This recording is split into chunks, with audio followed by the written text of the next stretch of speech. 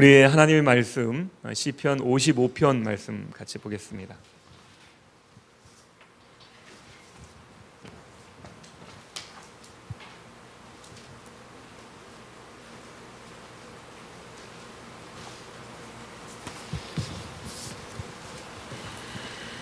시편 55편 16절, 17절 두 절 말씀 보겠습니다. 시편 55편 16절과 17절 말씀입니다. 우리 함께 읽겠습니다. 시작.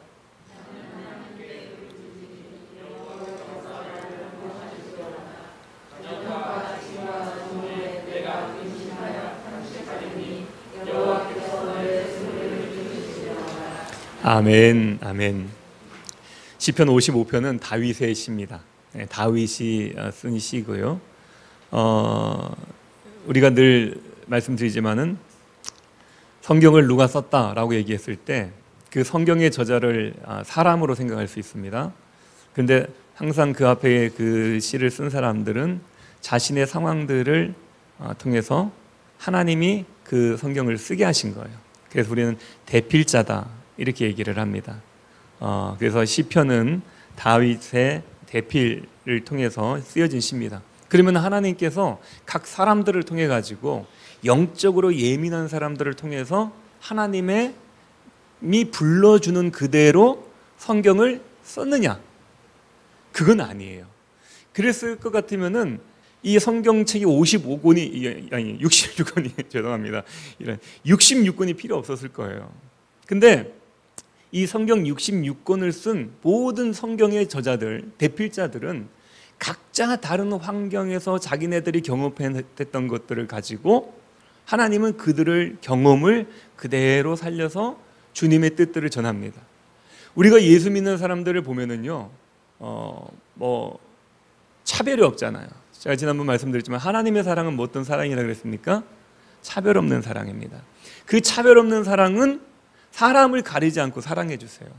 그래서 많이 배우신 분이나 저 시골에서 정말 배움 없이 농사만 지었던 그런 우리 어르신들이나 혹은 저기 도시에서 많이 배운 사람이나 또는 어린 사람이나 나이 많으신 분이나 상관없이 하나님은 동일하게 사랑하시죠. 그러다 보니까 이 동일한 사랑을 통해서 하나님의 은혜는 동일하게 떨어집니다. 무슨 얘기를 하냐면요, 우리는 그런 얘기 하잖아요. 어린아이들은 방언도 못하고 어린아이들은 하나님의 은혜도 모르고 쟤네들이 뭘 알아? 라고 얘기를 하죠. 근데 놀라운 것은 무엇이냐면은 그 아이들이 하나님의 사랑을 깨닫고 울며 기도하고 회개한다니까요. 걔네들이 회개할 게 뭐가 있겠습니까? 산 날이 얼마나 되겠다고. 그런데 제가 예전에 그 신학생 때 그 낙도 선교회에서 선교를 했던 적이 있습니다. 그런데요, 그땐 전도사였었죠.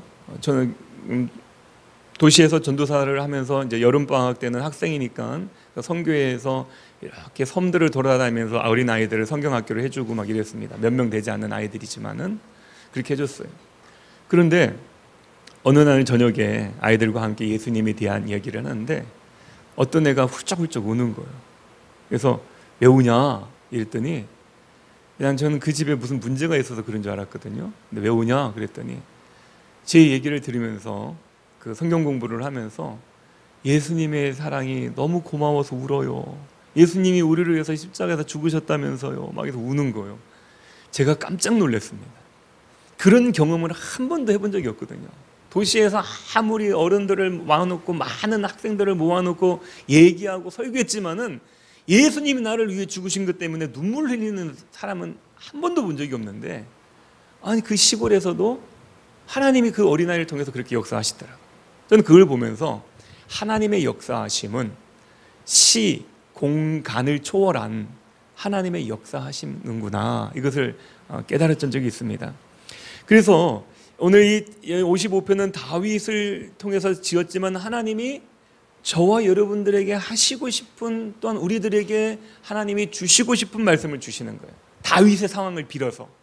자, 여기 보면은 이런 표현이 있습니다. 17절에 보니까 한번 같이 읽어볼까요? 55장 17절입니다. 같이 읽습니다. 시작.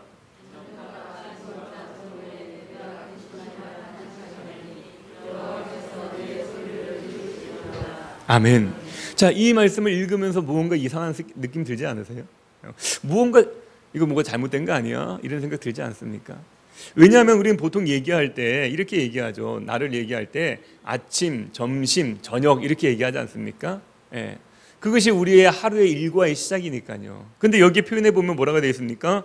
저녁과 아침과 정오에라고 되어 있습니다. 자, 왜 이렇게 저녁과 아침과 정오라고 표현을 했느냐면요. 이스라엘 사람들은 한 날의 시작이 아침부터 시작이 된다고 생각하지 않았어요. 오후부터 저녁부터 시작한다고 생각했습니다. 그래서 우리가 예수님의 사건 속에서 보면은 예수님이 십자가에 달려 돌아가신 다음에 예수님이 시체를 막 빨리 서둘러서 하잖아요. 그래서 예수님의 시체가 어떻게 될 뻔 알았다고요? 그냥 땅에 묻힐 뻔 알았습니다. 그냥 땅에. 왜냐하면은 그 옛날 유대에서는 돈 있는 사람들은 산을 사가지고 무덤을 했습니다. 멋있게 산을 동굴을 파가지고 막 동굴들을 해가지고 바위 동굴로 된 걸도 딱 사가지고 이렇게 장례를 치렀습니다. 그런데 그렇게 돈이 없는 사람들은 어떻게 하느냐? 그냥 땅 퍽퍽퍽 파가지고 거기다 탁 묻고 그냥 흙 딱 덮어버리는 거였어요. 이런 그런 그 장례식이 있었는데 예수님도 십자가에서 돌아가신 다음에 사람들이 빨리 서둘러서 예수님이 시신을 치우려고 했던 게 뭐냐면은 유월절이 시작되는 거예요. 그날 저녁부터. 그날 저녁부터 유월절이 시작되어지기 때문에 이 예수님의 시신을, 왜냐하면 이 시신을 빨리 처리하지 않으면 부정하게 되니까 율법을 어기게 되는 거니까 빨리 처리하려고 그러죠. 했던 것이죠. 그것처럼 이스라엘 사람들은 하루의 시작을 해 뜨는 데서부터 시작하는 것이 아니라 해 지는 저녁부터 시작했기 때문에 지금 다윗은 그 시간의 표현을 저녁과 아침과 정오에라고 표현을 하고 있다는 것입니다. 근데 지금 17편에 보니까 다윗이 이 시간에 무엇을 했느냐? 내가 근심하며 탄식하고 있습니다. 이렇게 얘기해요. 다윗은요 굉장히 많은 어려움들을 당했습니다. 그가 죽음의 고통을 당하기도 했지만 그는 하나님 앞에 범죄하기까지 했어요. 죄인, 자기가 지은 죄로 말미암아서 또는 그 대적들로 말미암아서 그는 고통 가운데 살아갈 수밖에 없었던 것이죠. 그런데도 그는 늘 보면 시편에 보면은 하나님께 기도하고 하나님을 통해서 그 문제들을 해결하는 모습들을 보게 되는 것입니다. 근데 오늘 본문에도 보니까 다윗이 아주 극심한 고통 가운데 있다 이렇게 표현을 하고 있습니다. 그런데 그 고통이요 어떤 고통이냐면은 이렇게 얘기합니다. 12절에 보면은 이런 표현이 있습니다. 나를 책망하는 자가 원수가 아니라 원수일진데 내가 참으리라. 나를 대하여 자기를 높이는 자는 나를 미워하는 자가 아니라 미워하는 자일진데 내가 그를 피하여 숨었으리라. 무슨 얘기냐면요 나를 원수였다면은 내가 참았을 거예요. 이 얘기예요. 내가 이렇게 원통하지 않았을 거예요. 그리고 자기를 높이는 사람, 교만한 사람들 같았으면은 내가 미워하지 않았을 거예요. 그런데 그 사람들은 누구라 그럽니까? 13절에 보니까 그는 곧 너로다. 너로다. 이렇게 얘기하는 겁니다. 나의 동료, 나의 친구, 나의 가까운 친으로다. 이런 얘기하는 겁니다. 다윗이 지금 당하고 있는 이 고통은 어떤 고통이었냐면은 자기가 가깝게 생각했던 사람들로 말미암아 당하는 고통이었다는 것입니다. 그렇기 때문에 원수들 같았으면 그래 저 사람 나를 미워했으니까 원래 그랬어 원래 나쁜 놈이야 막 이러면서 그냥 참을 수도 있는 거예요. 원래 교만한 사람들이었으면은 상종을 안 했겠죠. 아이고 저래 원래 그런 사람들이 가깝게 지내지 말자 이렇게 생각했을 것입니다. 근데 지금 이 다윗을 힘들게 한 사람이 누구냐면은 자신의 동료이고 친구이고 가까운 이웃의 사람들이었다. 그래서 이 시편 55편을 이렇게 봅니다. 아마 이 55편을 썼을 때가 그의 아들 압살롬의 반역이 있을 때, 그리고 자기의 그 전략가였던 아히도벨이 자신을 배신했을 때, 이렇게 우리는 보고 있습니다. 그러니까 다른 사람이 아니라 내가 사랑하는 아들에 의해서 자기가 믿고 그 전쟁을 치르면서 함께 동거동락했던 목숨을 걸었던 이 자기네 군사가 자기를 배반했으니까, 그 옆에서 다른 적들에게 자기의 목숨을 지켜줬던 이 군인이 자기를 배반했으니까 얼마나 괴로웠겠습니까? 그 마음을, 고통을 뭐라고 그랬냐면요 이렇게 얘기합니다. 4절에 보니까 내 마음이 내 속에서 심히 아파하며 사망의 위험이 내게 이르렀도다. 죽음을 생각하게 된 거예요. 그 고통은요, 살 수 있는 소망이 다 끊어져서 죽는 방법밖에 없겠구나, 이런 절망감을 느끼는 상황입니다. 그러니까 얼마나 절망스러웠냐면은 그가 왕의 자리에 있음에도 불구하고 무엇을 비유하면은 야 비둘기야 네가 부럽다 이렇게 얘기하는 거예요. 5절에 보니까 6절에 보면은 나는 말하기를 만일 내게 비둘기같이 날개가 있다면 날아가서 편히 쉬리로다. 야 비둘기야 너는 정말 부럽다. 네가 부럽다. 너처럼 날개만 있다면 지금 이 상황에서 푸삭푸삭 날아가지고 이 상황을 피해서 저 산속 깊은 곳에 가서 쉴 텐데, 이런 얘기를 하는 것입니다. 그 정도로 이 사람 지금 다윗은 고통스러운 가운데 있었습니다. 그런데 그 고통 가운데 이 고통을 이기면서, 비둘기가 아니까 날아갈 수가 없잖아요. 고통을 이기면서 살아가면서 그가 지금 하나님 앞에 노래하고 기도하는 내용이 뭐냐면은 오늘 이 본문의 내용입니다. 16절에 보니까 이렇게 얘기합니다. 나는 하나님께 부르짖으리 여호와께서 나를 구원하시리로다. 17절에 보니까 저녁과 아침과 정오에 내가 근심하여 탄식하리니 여호와께서 내 소리를 들으시리로다. 이렇게 얘기합니다. 자, 다윗이 지금 그 어려운 시기를 넘기면서 그가 하나님 앞에 기도하면서 이런 단어를 썼습니다. 저녁과 아침과 정오에. 이게 무슨 상관일까요? 그냥 기도하면 됐지 왜 저녁과 아침과 정오에 기도를 하냐는 거예요. 그것이 무슨 상관이 있냐는 겁니다. 오늘 이 말씀을 통해서 다윗의 상황을 살펴보고 저와 여러분들에게 이 말씀들을 적용하면서 저와 여러분들에게도 이런 어려움들이 있지 않겠습니까? 여러분들은 피부로 많이 못 느끼겠지만은 목사들은 아주 그냥 패닉에 빠졌습니다.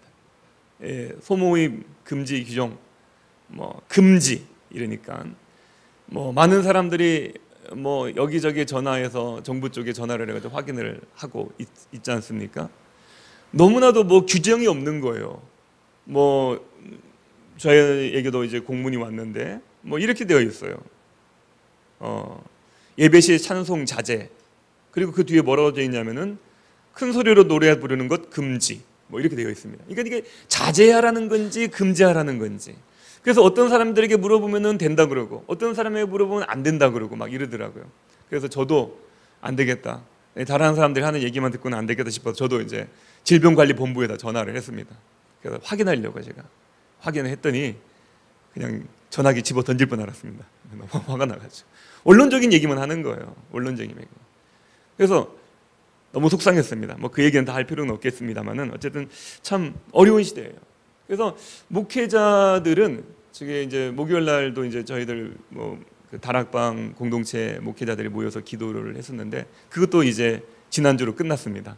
더 이상 모일 수가 없는 상황이어가지고 기도할 수가 없게 되었습니다. 만나서 얘기를 하는데 다들 그런 얘기 하는 거예요. 말세인 것 같아요. 이래요. 말세인 것 같아요. 어떤 분이 그런 얘기 하더라고요. 우리 천국에서 만나요. 이렇게 인사하더라고요. 이제 말세가 되어져서 이제 천국 가는 일만 남은 것 같은데 우리 천국 가도록 천국에서 만납시다. 이렇게 인사하더라고요. 목사로서는 굉장히 이제 어려운 한 주간이었습니다. 이걸 어떻게 받아들여야 될지 고민도 많았고요. 그냥 흘러버릴 수 없는 그런 얘기고 이 땅에 살고 있기 때문에 또 법을 위반할 수는 없는 것이고 최대한 법을 지키면서 어떻게 우리 성도님들의 영혼도 살릴 것인가 고민하는 시간이었습니다. 근데 이런 일들이 저뿐만 아니라 여러분의 삶들에게도 있을 거라고 생각이 들어요. 코로나 상황이기 때문에 늘 얘기하는 거지만 한 번도 경험하지 못한 상황이지 않습니까? 그러다 보니까 이것을 어떻게 대처해 나가야 될지 어떻게 힘을 못 쓰는 거예요. 우리는 이걸 보면서 하나님의 일하심을 보잖아요. 우리가 잘났다 그러고 우리가 훌륭하다 그러고 막 우리가 이런 일을 이뤘다고 하는데 하나님께서 질병을 한번 보내시니까, 그래서 하나님께 코로나를 막 우리에게 보내셨다는 뜻은 아니에요. 근데 어쨌든 하나님이 관여하는 이 세상의 질서 가운데에 그 질병이 딱 오니까 우리가 손 쓸 수 있는 게 하나도 없는 거예요. 그렇게 뛰어나다는 그 의학들이 발전했다고 얘기하는데 영원한 생명까지도 연구하고 있다는데 이 질병 하나를 못 잡아, 바이러스 하나를 못 잡아가지고 이렇게 전전긍긍하고 있는 이 상황을 보면서 우리는 하나님의 일하심을 보게 되는데, 그런데 이 문제는 뭐냐면 이것이 우리들의 삶에 큰 타격이 온다는 겁니다. 삶의 방향들이 바뀌는 거예요. 우리의 삶의 여러 형태들이 바뀌는 겁니다. 개인 사업을 하시는 분들에게도 그렇고요. 공부하는 학생들에게도 그렇고요. 예배하는 교회도 그렇고요. 모든 것들이 다 바뀌어져 버렸고 우리가 예전처럼 넉넉하게 지낼 수가 없는 그런 상황에 봉착해 있을 때 여러분의 성도님들의 마음도 역시나 쉽지는 않겠구나. 정말 어려움에 봉착해 있으시겠구나. 이런 생각을 듭니다. 그렇다면 오늘 다윗의 마음을 보니까 그는 죽음을 생각하고 있는 그런 상황이에요. 이 왕이라 그러면은 이 시대에 두려울 게 없잖아요. 왕이 저 사람 죽여! 그럼 죽는 거고요. 저 사람 살려! 그럼 살리는 거잖아요. 요즘이야 법이 있고 재판이 있고 막 이러지만 옛날에는 그런 것들이 잘 되어 있지 않기 때문에 왕의 말이 곧 법이었잖아요. 그렇게 이스라엘의 왕이었습니다. 다윗 같은 경우는 통일 왕국의 통일 이스라엘의 왕이었습니다. 이게 북왕국과 남유다로 갈라지기 전이었기 때문에 아주 큰 덩어리 12지파가 모여있는 아주 탄탄한 나라였어요. 그런데 그 나라의 왕을 지내면서도 그가 죽음을 생각했다는 것은 무엇이냐면 굉장히 고통스러운 상황이었다는 겁니다. 다른 사람이 봤을 때는 안 고통스러울지 모르겠지만은 본인의 마음이 고통스러웠던 것이죠. 자, 그런데 이 다윗이 이것을 이겨내면서 했던 얘기, 저녁과 아침과 정오에 내가 근심하며 탄식하겠습니다. 이 얘기를 했다는 것이죠.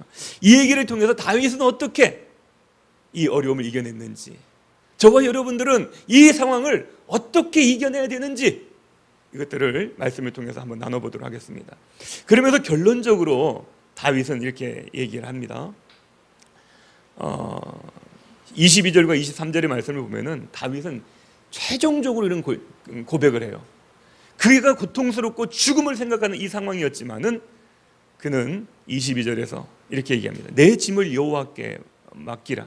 그가 너를 붙드시고 의인의 요동함을 영원히 허락하지 아니하시리로다.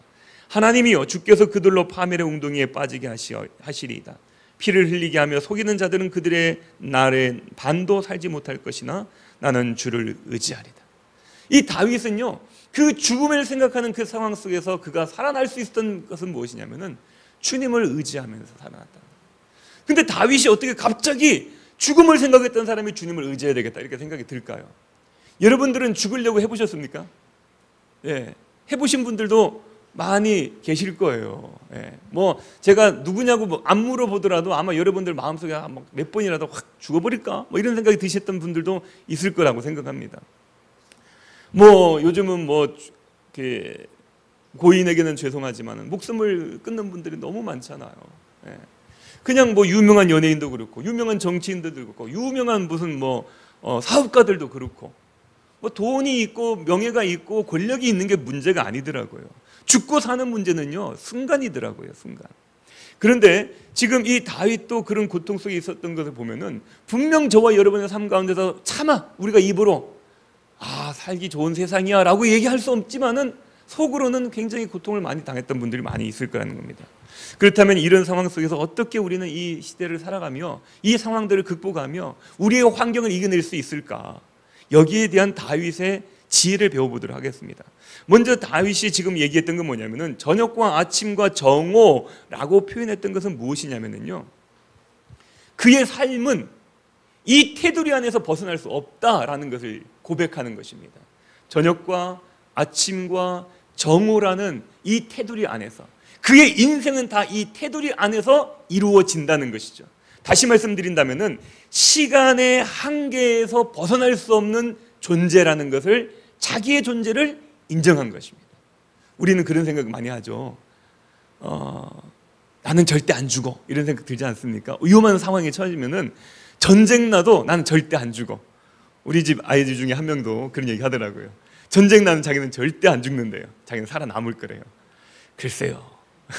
글쎄요, 모르겠습니다. 근데 보통은 그렇게 생각을 해요. 죄송하고 미안한 얘기지만은 저희의 연약한 모습을 얘기를 드린다면은 제가 한번 얘기했던 적이 있을 것 같아요. 죄송합니다. 군대 얘기를 또 해야 될까요? 군대에서 훈련을 받는데 저는 굉장히 귀하게 자랐어요, 여러분. 3남 1녀 중에 막내로 자랐습니다.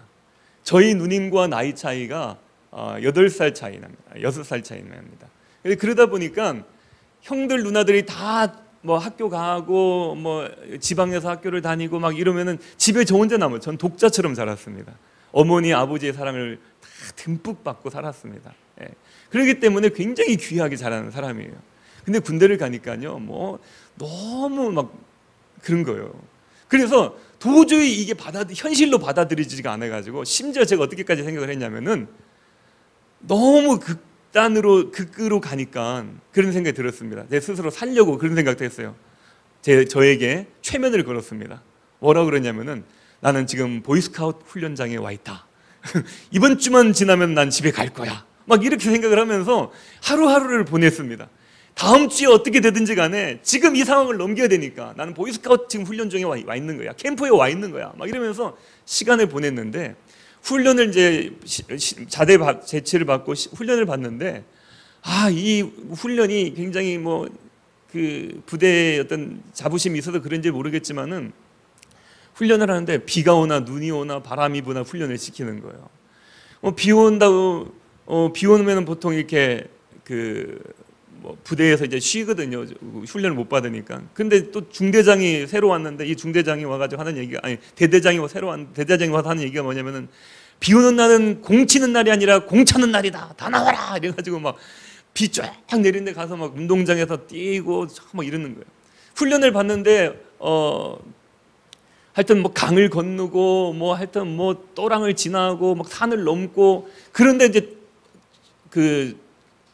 제일 한계가 도달한 게 어디냐면은, 절벽을 기어 올라가는 등반하는 그 코스가 있어요. 이것을 넘어서 가야 우리가 가는 목적지가 나오는 겁니다. 그런데 지금 온통 몸이 다 젖었어요. 막 강도 지나왔고 이미 막 산도 다 지나왔고 막. 근데 제가 또 주특기가 81mm 박격포입니다. 그 보병 중에서 81mm 박격포인데, 이 81mm 박격포는 소총 자기 개인 화기를 다 갖춘 다음에 박격포를 분해해 가지고 다 하나씩 메고 다녀요. 보트를 타더라도 보트에다 묶고 타고 다니고, 배낭을 맸으면 배낭에다 묶고 타고 다닙니다. 그런데 이게 무게가 다 달라요. 그래서 뭐 포다리가 가장 매기 쉽고, 포열이 조금 더 쉽고, 포판이 제일 어려워요. 동그란 포판인데 이게 제일 무겁고 매기 힘듭니다. 근데 그때 제가 그 포판을 매는 그런 시기였단 말이에요. 그러니까 내 무장을 다 메고, 개인 무겁기를 메고, 이 등반을 하는 것도 어려운데 포판을 등에다 메고 올라가니까 떨어질 것 같잖아요. 막 뒤로 당기는 힘이 더 많은 거예요. 제가 팔로 잡고 올라가는 힘보다.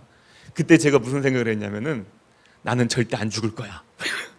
그러면서 하는 생각은 뭐였냐면은, 내 앞에 저 올라가는 한 명만 떨어지면 이 훈련이 취소될 텐데, 한 명 안 떨어지나? 막 이런 나쁜 생각을 했던 적이 있었습니다. 여러분, 우리가 나는 안 죽을 거라고 생각해요. 나는 절대 이 상황에서 제외될 거라고 생각합니다. 그런데 이 다윗이 지금 이 상황을 이어나갈 수 있었던 것은 무엇이냐면은, 자기의 한계를 인정하는 거예요. 내가 아무리 왕이고, 내가 정말 그 긴 세월을 사울로부터 내가 살아남은 아주 강인한 인간이지만은, 그러나 저녁과 아침과 정오의 시간을 벗어날 수 없는 유한한 존재이구나, 이렇게 고백을 하고 있는 것입니다. 우리 사람들은 시간 속에서 출생하고 시간 속에서 살아가다가 시간 속에서 상실되게 되는 그런 삶을 살아가는 것이 바로 저와 여러분들인 것이죠. 그런데 이 시간을요, 우리가 빨리 돌릴 수도 없어요. 이 시간 좀 더 늦게 갔으면 좋겠다, 이 시간을 좀 더디게 돌아가게 할 수도 없습니다. 우리가 시간 속에 있다는 것은 무엇이냐면은, 온전히 하나님의 섭리 가운데 머물러 있다는 거예요. 왜냐하면 그 시간은 우리가 마음대로 못해요. 24시간이라는 시간을 25시간으로 늘린다든지 23시간으로 줄인다든지, 아니면 내 24시간을 다른 사람이 48시간처럼 쓸 수 있다든지, 이렇게 내가 하는 능력에 따라 달라질 수도 있겠지만 그 시간들을 조절할 수 없다는 거예요. 그래서 철학자들은 이 현재라는 시간을 이렇게 표현합니다. 절대적 현재, 또 지나가는 현재, 흘러가는 현재, 이런 것을 표현합니다. 그래서 다윗도 그가 고백하기를 뭐라고 했냐면, 제일 처음에 그가 그 고통들을 당할 때마다 나는 할 수 있어, 이런 마음이 아니었었어요. 나는 안 죽을 거야, 이런 마음이 아니었었어요. 다윗은 무엇을 고백하냐면은, 하나님, 내가 하나님의 안에 머물러 있는 연약한 존재입니다. 자신의 연약함을 고백했습니다. 여러분, 이 저녁과 아침과 정오의 시간은 다윗의 시간만이 아니에요. 저와 여러분들의 시간이기도 합니다. 또한 다윗만의 그 시간에 갇혀 있는 게 아닙니다. 저와 여러분들도 그 시간 안에 갇혀 있는 유한한 존재라는 것을 기억하십시오. 나는 괜찮을 거라고요? 나는 피해갈 거라고요? 아니에요. 그렇지 않습니다. 여러분들은 이 모든 상황 속에서 제일 먼저 고백해야 될 것은 무엇이냐면은 나는 유약한 존재입니다. 어떤 유약한 존재예요? 하나님의 주권 안에 있는 연약한 존재입니다라고 고백할 수 있어야 됩니다. 우리는 그 하나님의 창조적 시간 앞에서 숨거나 그 시간을 회피하거나 도망칠 수 없습니다. 우리는 그 안에서 숨쉬고 있는 존재에 불과하다는 것이죠. 그 시간을 다스리시는 분이 누구시냐? 바로 하나님이시라는 것을 우리는 고백해야 됩니다. 자, 그렇다면 그 고백 가운데에 그는 무엇을 했을까요? 하나님, 저는 연약한 존재입니다. 저녁과 아침과 정오의 시간에 갇혀 있는 유한한 존재입니다. 그럼 나는 손을 놓고 죽어야 되나요? 이런 얘기를 할 수 있잖아요. 근데 다윗은 뭐라고 얘기합니까? 17절에 보니까 저녁과 아침과 정오에 내가 근심하며 탄식하리니 여호와께서 내 소리를 들으시리로다. 아멘. 다윗이 고백을 하는데 뭐라고 그러냐면 하나님이 내 소리를 들으신다는 거예요. 하나님이 내 소리를 들으신다. 여러분, 하나님이 듣는 소리는 무엇일까요? 우리가 하나님과 대화를 나누려면 내가 무슨 말을 해요? 그럼 상대방이 내 말을 들어요. 그럼 상대방이 나에게 얘기를 해요. 그럼 내가 들어요. 이걸 뭐라 그럽니까? 대화라고 그러잖아요. 대화라고 하는데 하나님이 내가 얘기한 걸 들었어요. 그럼 우리는 하나님과 뭘 하는 겁니까? 대화하는 거예요. 그럼 하나님과 대화 어떻게 합니까? 하나님, 잘 들으세요. 내가 얘기할 테니 막 이렇게 우리가 그냥 막 주저리 얘기하는 게 대화입니까? 아니에요. 우리는 하나님을 너무 내 친구처럼 생각하고 너무 편하게 생각하는 경향들이 많으신데 하나님은 우리의 누구십니까? 창조자이시고 우리의 구주이세요. 그럼 그분과 대화를 한다는 것은 무엇을 의미하는 겁니까? 뭐를 우리는 대화라고 합니까? 하나님과의 대화를? 기도요, 기도. 여러분, 하나님과 대화하는 방법은 하나예요. 하나님께서 우리의 신음을 들으신다, 우리의 작은 신음도 들으신다라고 얘기할 때 우리가 아이고 죽겠네 막 이렇게 얘기하는 걸 하나님께 들으시는 게 아니라 우리 마음속에서 하나님을 부르는 그 소리를 들으신다는 얘기예요. 그래서 제가 우리 성도님들한테 그런 얘기합니다. 기도를 가르칠 때 여러분, 하나님 앞에 어떤 탄식과 원망과 불평을 얘기할 수도 있습니다. 그러나 마지막에는 이렇게 끝냅시다. 예수님의 이름으로 기도했습니다. 이렇게요. 내가 하고 싶은 말 다 하는 거예요. 그리고 예수님의 이름으로 기도드렸습니다. 그럼 하나님 들으신다. 왜요? 주님은 내 이름으로 예수님께서 뭐라고 했습니까? 내 이름으로 기도한 자는 하나님께서 들으신다고 말씀하셨거든요. 기도가 필요한 겁니다. 우리가 주저리 탄식하고 비판하고 막 억울하다고 울고 그런 것 아무리 해도 소용이 없어요. 근데 지금 다윗은 뭐라고 했냐면 하나님께서 내 소리를 들으셨다. 그것은 뭐냐면 내가 근심하고 탄식했다는 것은 그냥 탄식했다는 게 아닙니다. 이 근심함과 탄식함이라는 뜻이 뭐냐면은 끙끙 앓는 소리를 낸다 이런 뜻이 있어요. 그러면은 하나님 앞에 불평하고 원망했느냐? 그런 게 아니라 무엇을 의미하냐면은 그는 간절하게 부르짖고 뜨겁게 부르짖고 마음을 찢는 부르짖음. 다시 얘기하면은 그는 하나님 앞에 근심하고 탄식했던 것이 뭐냐면 정말 신음하듯이 고통하듯이 아픈 것을 막 알아내듯이 끙끙 앓는 간절한 기도를 했다는 것을 뜻하는 거거든요. 그는 하나님 앞에 간절히 기도했습니다. 언제 기도했습니까? 언제요? 저녁과 아침과 정오에 기도를 했어요.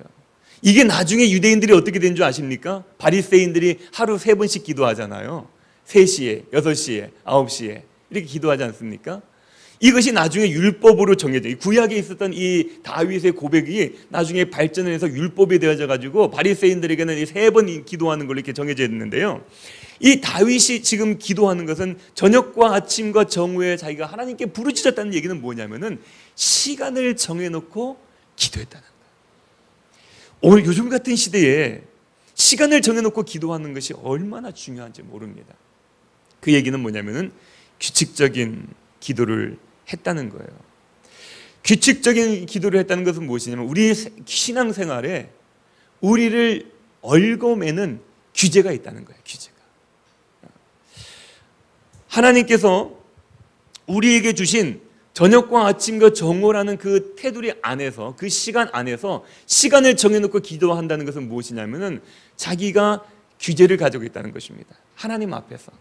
우리는 그렇게 얘기하죠. 자유는 내 마음대로 하는 게 자유라고 하잖아요. 근데 사실은 내 마음대로 하는 건 뭡니까? 자유가 아니고 방종이라고 얘기해요. 방종이라고 얘기합니다. 자유를 넘어선 아무런 선의와 어떤 것들을 이렇게 좋은 영향력을 미칠 수 없는 그런 거죠. 그런데 지금 다윗은 자신에게 주어진 저녁과 아침과 정오에 자기에게 유한한 시간이었고, 그것은 아무것도 할 수 없는, 자신이 아무것도 할 수 없는 시간이지만 그 시간을 선용하는 거예요. 선용하는 겁니다. 저와 여러분들은 어때요? 여러분들은 우리는 지금 이 상황에서 나는 아무것도 할 수 없다, 손 놓고 포기하고 싶으시지 않습니까? 아니에요. 하나님이 주신 그 규제 안에서 우리 스스로를, 그 시간들을 선용하는 지혜가 있으셔야 된다는 것입니다. 그래서 요즘같이 모든 생활의 여건이 다 변화되어지고 다양화되어지고 또 우리 마음대로 할 수 없는 이런 상황 속에서 우리가 어떻게 하면은 이 현대의 삶 속에서 살아갈 수 있느냐, 그것은 시간을 정해놓고 기도하는 습관을 들이는 것이 굉장히 중요합니다. 우리는 그것이 규제라고 생각하죠. 올과 맨리라고 생각하죠. 그것이 나를 부담스럽게 만든다고 생각하시죠. 그러나 여러분, 그것이 바로 저와 여러분들을 살릴 수 있습니다. 하나님 앞에 정해진 시간들을 놓고, 하나님과 약속된 시간들을 정해놓고 주님 앞에 그 시간을 지켜보십시오. 그 시간을 지켜보십시오. 물론 형식이 율법으로 곡착화되는 그런 병폐도 있지만은, 그렇다고 해서 만약 우리들에게 형식이 없다면 어떻게 될 것 같습니까? 형식이 없다면 그냥 룰루랄라 하면서 내 마음대로 내가 잘 살 것 같습니까? 그러지 않더라고요. 그러지 않아요. 우리는 하나님께서, 제가 그런 새벽에 그런 질문을 했습니다. 왜 새가 날아다닐까요? 여러분, 새가 왜 날아다닙니까? 왜? 여러분들이 여러 가지 얘기할 수 있겠죠. 날개가 있어서요. 그럼 날개 있는 닭은 왜 못 나나요? 뭐 이런 이제 질문들을 할 수가 있겠습니다만, 어쨌든 새가 날아다닐 수 있는 이유는 무엇이냐면은, 성경에서 이야기하기를 태초에 천지를 창조하시고 하나님이 새를 만드실 때 공중에 나는 새라고 하나님께서 명령하셨어요. 하나님께서 그렇게 정해서 되는 것입니다. 그리고 하나님께서는 아담과 하와를 만드시고 서로가 돕는 배필이라고 얘기했습니다. 근데 요즘은 어떻게 되나요? 이 돕는 배필이면 서로 도와주고 서로 협력해야 되는데, 우리는 이 돕는 배필에서 어떻게 된 줄 아십니까? 어떤 관계가 됐냐면은 원수가 되어져 가고 있습니다. 원수가. 네, 원수. 아니 무슨 소리예요, 목사님? 우리 가정이 원수란 얘기입니까? 그런 얘기할 수 있는데, 옛날에 그 시사 프로그램, 그 쇼 프로그램에서 그런 얘기 있었잖아요. 할아버지 할머니 나와서 하신 얘기. 천생연분이 원래 그 글자였는데 이것을 할머니한테 설명해 주는 거예요. 그랬더니 그 할아버지가 뭐라고 얘기했냐면은 당신과 나 사이, 이렇게 얘기를 했어요. 천생연분이니까 할아버지가. 그때 할머니가 뭐라고 됐습니까? 원수! 뭐 이랬어요. 그러니까 말고 내자 이러니까 그 할머니가 또 하시는 얘기, 평생 왼수! 뭐 이렇게 얘기를 했다는 얘기가 있습니다. 그런데 원수가 되어가지고 있어요. 근데 그 원수는 정말 천천지 원수고 갚아야 되는 원수가 아니라 성경에서 얘기하는 원수입니다. 성경의 원수는 어떻습니까? 원수를 사랑하라. 예. 그 원수 같은 존재지만은 이제는 사랑하게 되었어요. 어디 안에서? 하나님 안에서요. 하나님의 은혜 안에서 사랑하게 되는 것입니다. 자, 여러분, 하나님께서 정해져 있지만은, 그런데도 우리가 왜 자꾸 티격태격 싸우게 될까요? 왜 어떤 남편들은 부인을 때리기도 하고 어떤 부인들은 남편에게 반항하기도 하고 막 괴롭히기도 하고 이럴까요? 왜 하나님께서는 돕는 배필로 만드셨는데 왜 그랬을까요? 왜 그랬냐면요, 인류의 비밀인데 저와 여러분들의 죄성이 있기 때문에 그렇습니다. 하나님의 말씀대로 살지 않으려는, 하나님의 말씀을 어기려는 죄성이 있기 때문에 하나님의 말씀대로 살지 않는 거예요. 죄성이 있기 때문에 돕는 배필이 되지 못하는 것입니다.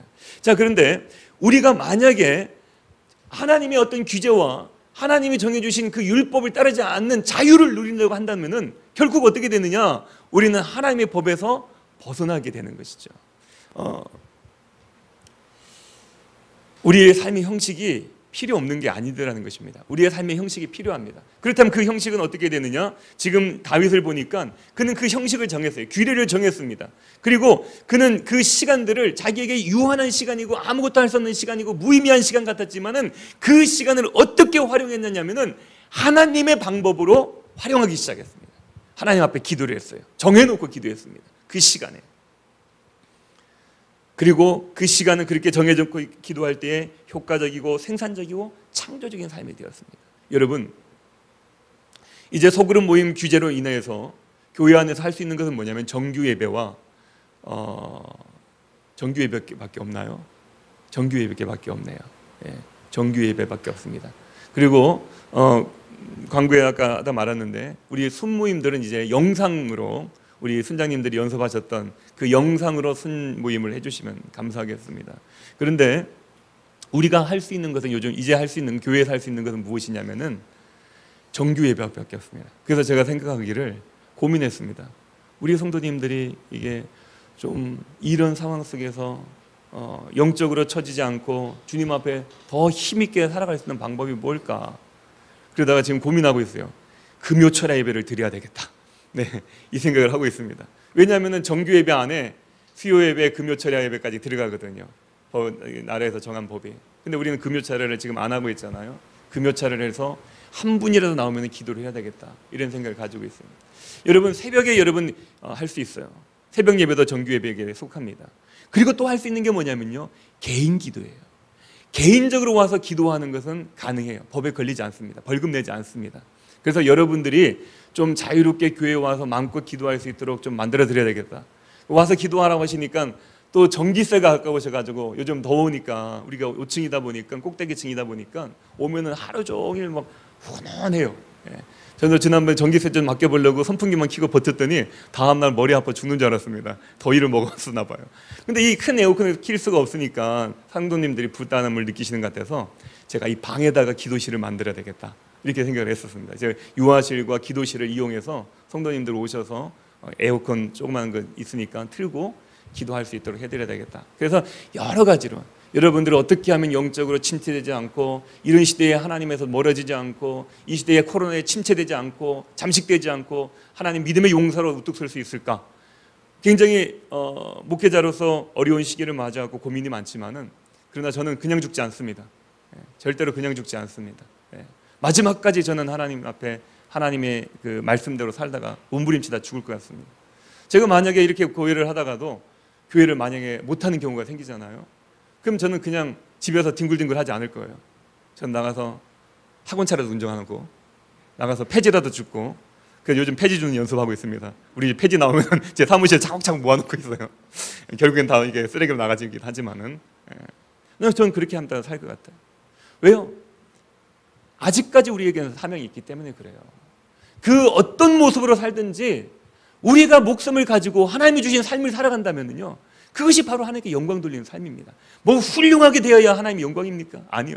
주님의 말씀대로 사는 게 영광인 것이죠. 여러분 나름대로 시간을 좀 정해 보십시오. 이 어려운 시대에 여러분들 좀 힘 좀 내십시오. 기도로 승리하십시오.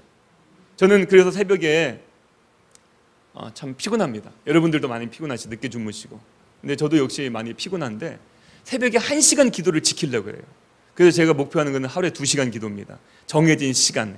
그래서 새벽에 1시간, 새벽에 2시간 하면 힘들더라고요. 그래서 새벽에 1시간, 틈틈이 조금씩 5분씩 10분씩 해가지고 또 한 30, 60분을 채워가지고 2시간 기도를 목표하고 있습니다. 여러분들도 그렇게 시간을 한번 정해보면 좋을 것 같아요. 기도하니까요 달라집니다. 기도하니까요, 기도하면 탄식이 안 생기느냐? 탄식 생겨요. 기도하는데 눈물이 안 생기느냐? 눈물 생겨요. 기도하면 뭐 어려운 일 안 생기냐? 어려운 일 생깁니다. 그런데요, 참 신기한 건 뭐냐면은 기도하면 싸워지더라고요.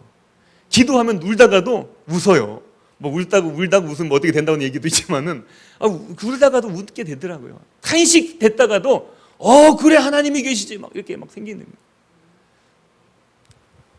박보영 목사님이 한참 코로나가 횡행할 때에 다락방에 올라와서 기도하라 그러는 게 목회자들. 그래서 제일 처음에 마음은 아이고 목사님 지금 목사님은 그 다락방도 나타나지도 않으시면서 왜 우리 보고 모여서 그렇게 다 모여서 기도하라 그래. 갔더니 막 다락방 교육자들이 막 30명, 40명 되니까 꽉 찼어요. 그러니까 사람 많은 데서 기도하는데 제일 처음에는 이거 무슨 이게 될까? 이러다 코로나 걸린 거 아니야? 이런 걱정도 있었습니다. 그런데요, 박 목사님 오르셨더라고요. 그 모여서 기도하니까요 힘이 생겨요. 기도하니까요, 여러분 코로나 한 명도 안 걸렸습니다. 그 교육자들 중에서. 그 모여서 기도했는데요, 우리가 삶에 대한 도전이 생기더라고요. 제가 경험한 겁니다. 코로나라고 해서 변함이 없어요. 하나님의 방법은 저와 여러분들 그 주님의 말씀대로 우리의 정해진 규칙적인 것들을 통해서 여러분들 새벽 기도에 좀 열정을 가져주셨으면 좋겠습니다. 우리 3일 기도에 주일날 한 번만 나와서 여러분들 신앙을 지켜나갈 수 있겠습니까? 3일 기도에도 좀 나오세요. 그리고 금요철에 만들면은 여러분 뭐 평일이기 때문에 어려울 수 있겠지만은 한 분이나 나와서 함께 기도하자고요. 만들면은요. 또 이제 여론을 여쭤봐야죠. 우리 성도님들께. 제가 이렇게 또 막 그 A 플러스 형이잖아요. 그래가지고 뭔가 좀 소심해가지고 뭔가 일을 할 때 좀 뭔가 좀 깔아놓고 하는 경향이 있어가지고 좀 물어보고 하겠습니다만은 어쨌든 금요기도예요. 그리고 우리 순장님들께 부탁드렸어요. 우리가 지금 교회에서 모이지 못하지만은 우리 순장님들 영상으로라도 좀 순예배 좀 드려주시고 우리 순원들 좀 격려 좀 해주십시오. 그곳에서 또 우리 성도님들과 함께 할 수 있도록 해주십시오. 이런 부탁을 드렸습니다. 여러분들 규칙적이고 정해진 기도를 할 때에 우리는 새로운 힘을 공급받는다는 겁니다. 지금 이 다윗이 저녁과 아침과 정오에 기도한다는 건 무엇이냐면요, 왜 사람들은 시기마다 적절한 에너지를 공급받아야 됩니다.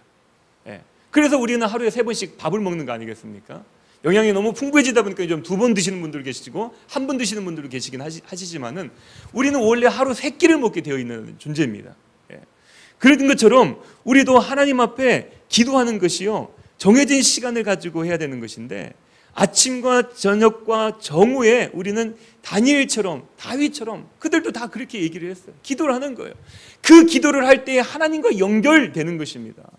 여러분, 기도가 왜 중요하다고 우리는 얘기합니까? 하나님과 연결되는 거예요. 하나님과 호흡입니다. 호흡이 끊어지면 사람이 살 수 있습니까? 못 살아요. 기도하는 건 영적인 호흡이다 그러잖아요. 저 유명한 명장 하니발 장군에 대한 이야기가 있습니다. 이 하니발 장군이 로마를 공격했어요. 그리고 이제 그 로마 정복을 앞두고 알프스 산을 넘었어요. 그리고 이제 로마를 이제 곧 점령하게 됩니다. 근데 그들은 로마를 점령하지 못하고 실패로 끝나요. 이 하니발 장군은요, 그 시대 최고의 전략가였었습니다. 뭐 하니발 장군 그러면은요, 혼자서 뭐 100을 이길 수 있는 1대 100의 승리를 가져오는 그런 장군으로 유명합니다. 근데 로마 정복을 앞에 두고 물러서고 말았어요. 왠지 아십니까? 그 로마의 장군이었던 시키피오가 이 하니발이 그 산맥을 넘어서 로마를 향하고 있을 때에 이 하니발의 그 수도였던 하니발이 있던 카타고를 점령해 버렸어요. 하니발의 빈 사이에. 그러다 보니까 그 보급로가 끊긴 겁니다. 식량이 공급되어지는 그 공급로가 끊겨버리게 되니까 이 사람들은 더 이상 싸울 수 있는 힘이 없게 된 거예요. 그래서 로마 정복을 눈앞에 두고 물러설 수밖에 없다는 것입니다. 저와 여러분들이 그 세상의 마귀와 또 세상의 마귀뿐만 아니라 우리 자신을 이기는 것은 무엇이냐면은 하나님의 힘이 공급되어질 때입니다. 저와 여러분들이 만약 우리 스스로를 내가 나를 이길 수 있다면은 하나님 안 믿었겠죠. 나를 믿어라 이랬겠죠. 그런데 그 나 자신도 이기지 못할 뿐만 아니라 더 악한 저 사단, 세상의 권세를 잡고 있는 저 사단이 우리를 공격할 때 그것을 이길 수 있는 방법은 무엇이냐면요, 하나님으로부터 힘을 공급받는 거예요. 힘을 공급받는 겁니다. 어떤 사람들은 그렇게 얘기하죠. 내가 기도를 많이 하니까 내가 영적인 능력이 충분하다 이런 얘기를 해요. 근데 능력이라는 건 축적되는 게 아니에요. 내가 기도 많이 해서 내가 10만큼 기도해서 10의 에너지가 축적되고 내가 20을 기도했으니까 20의 그 에너지가 축적되고 이런 거 아닙니다. 이거는 우리가 전설에 나오는 귀신 얘기나 그런 거예요. 우리가 나타나는 능력은 어디로부터 공급되느냐? 하늘로부터 공급되는 거예요. 우리는 어떻게 됩니까? 도구로 쓰임받는 것입니다. 그리고 또 그런 질문을 해요. 이런 얘기하면은 그런데요, 뭐 이렇게 나쁜 죄 짓는 목사님들도 기도하면 능력이 나타나는데요, 막 이런 얘기 하잖아요. 그런 것은 그분을 하나님이 선하게 사용하는 거 아니에요. 그분이 기도해주는 그 분을 위해서 하나님이 그 사람을 잠시 쓰는 겁니다. 하나님은 사단도 쓰시거든요. 사단이 왜 지금 존재한 줄 아십니까? 하나님이 사단과 싸우면 질 것 같아서 사단을 못 멸하시나요? 아니에요. 나중에 또 얘기할 기회가 되겠지만은 하나님이 사단을 이용하고 계시는 겁니다. 어떻게 해요? 알곡과 가라지를 구분하기 위해서 사단을 쓰고 계시는 거예요. 사단을 통해서 우리의 믿음들을 시험하는 거예요. 사단의 유혹에 넘어가는지, 아니면 사단의 시험을 이겨내는지, 그렇게 하나님의 방법으로 사용하는 거거든요. 하나님은 모든 걸 다 사용하실 수가 있는 것입니다. 여러분, 다윗은 그의 친구들과 그의 가족들과 그의 이웃들에게 반란과 어떤 배반을 통해서 정말 이겨낼 수 없는 그런 절망 가운데 있었어요. 그러나 그는 지금 이겨내고 있습니다. 어떻게 해요? 저녁과 아침과 정오에 드려지는 기도를 통하여서 이기고 있습니다. 또 저녁과 아침과 정오라는 얘기는 뭐냐면은 연결되는 시간들이잖아요. 계속해서 우리가 쉬지 않고 하는 기도를 얘기하는 것입니다. 멈출 줄 모르는 기도입니다. 저녁에 기도했으니까 됐어가 아니에요. 저녁이 지나고 아침이 왔을 때 우리는 또 기도하는 거예요. 아침이 지나고 정오가 됐을 때 우리 또 기도하는 거예요. 하나님의 기도는 언제까지 해야 됩니까? 주님의 응답이 임할 때까지 하는 거예요. 내가 정해놓고 100일 기도 끝, 30일 기도 끝, 이거 아니에요. 하나님의 응답이 임하실 때까지 기도하는 거예요. 여러분, 말씀을 정리하겠습니다. 주님께서는요, 우리들에게 말씀하십니다. 성경은 시편 55편 2절, 우리가 아까 읽었던 말씀이죠. 내 짐을 여호와께 맡기라. 그가 너를 붙드시고 의인의 요동함을 영원히 허락하지 아니하시리라 라고 하셨습니다. 그리스도인이 가는 길은 참 험난해요. 험난합니다. 한때는 무슨 목사가 결혼 정년기를 둔 여성분들에게 뭐 최고의 선호도 2위도 했다는 그런 옛날의 전설의 고향 같은 이야기도 있지만은 지금은요, 목회자들이 존중받지 못해요. 기독교인들이 존중받지 못해요. 교회들이 존중받지 못하는 시대에 살고 있습니다. 그렇다 그래가지고 사람들에게 우리를 존중하라고 그 사람들을 억압하고 누르고 그 사람들 앞에 군림하기 위해서 우리가 또 새로운 권력을 요구한다면은 우리는 또 병들어 버릴 겁니다. 우리는 또 다시 우리의 그 본질을 잃어버릴 거예요. 세상이 뭐라고 얘기하든지 우리가 가야 할 길은 한 가지입니다.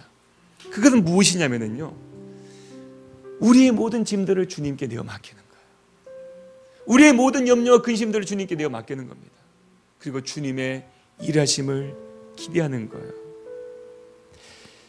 우리의 믿음의 선질들은 유명한 선질들이 있습니다. 사무엘, 다윗, 또 엘리야, 또 예수님, 또 바울, 이런 유명한 믿음의 선질들도 늘 어려운 시대를 살았지만은 그 어려운 시대를 이기고 하나님의 믿음의 사람들을 우뚝 설 수 있었던 것은 무엇이냐면은 그들의 정기적인 기도였었습니다.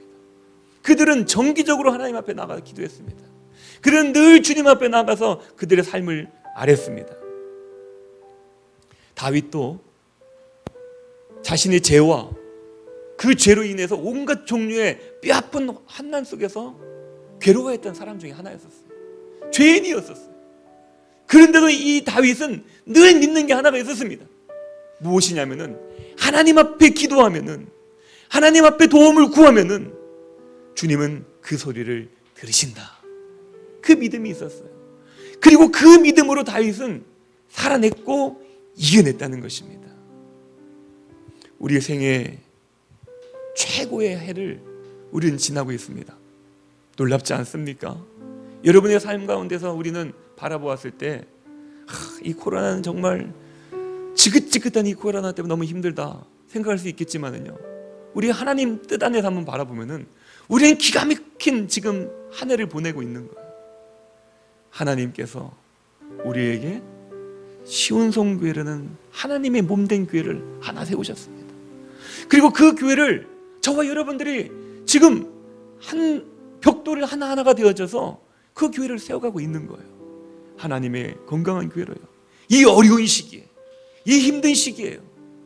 이렇게 하나님께서는 우리가 할 수 없는 이 일들을 우리에게 해내고 있는 것처럼 우리는 최고의 기도와 최고의 어떠한 그런 생애를 보내고 있는 것입니다. 그리고 이 결과 하나님의 교회는 든든히 서갈 것입니다. 그럼 우리의 삶은요, 하나님의 집이 세워지고 우리가 교회가 세워질 때 하나님은 약한 자를 내버려 두시겠습니까?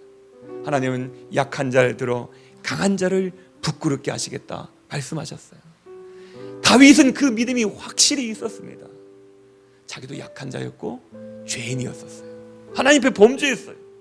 그럼에도 불구하고 주님 앞에 나아가고 하나님의 사명을 감당할 때에 주님은 분명히 도와주신다는 그 확신 때문에 그는 그렇게 주님 앞에 오늘도 시편 55편 16절과 17절을 고백하고 있는 것이죠.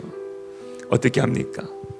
주님은 반드시 우리의 억울함을 풀어주시고 우리의 원수를 갚아주실 것입니다. 하나님이 주신 저녁, 하나님이 주신 아침, 하나님이 주신 정오를 헛되이 보내지 마시고 하나님의 방법대로 사용함으로 말미암아서 하나님이 준비하신 숨겨진 그 은혜를 경험하시고 누리시는 우리 시온성교회 성도님들이 다 되시기를 주님의 이름으로 축원드립니다.